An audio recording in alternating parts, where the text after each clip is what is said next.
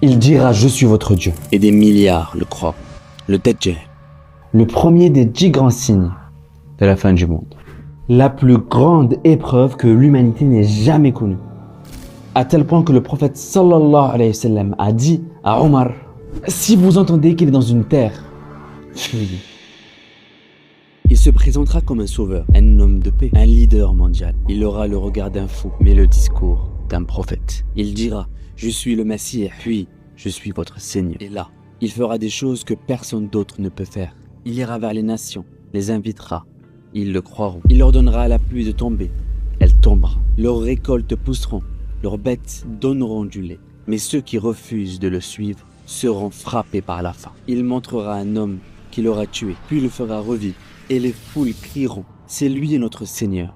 Ça sera la plus grande épreuve de l'histoire de l'humanité. Il viendra avec tout ce que le monde aime. L'argent, le pouvoir, les promesses.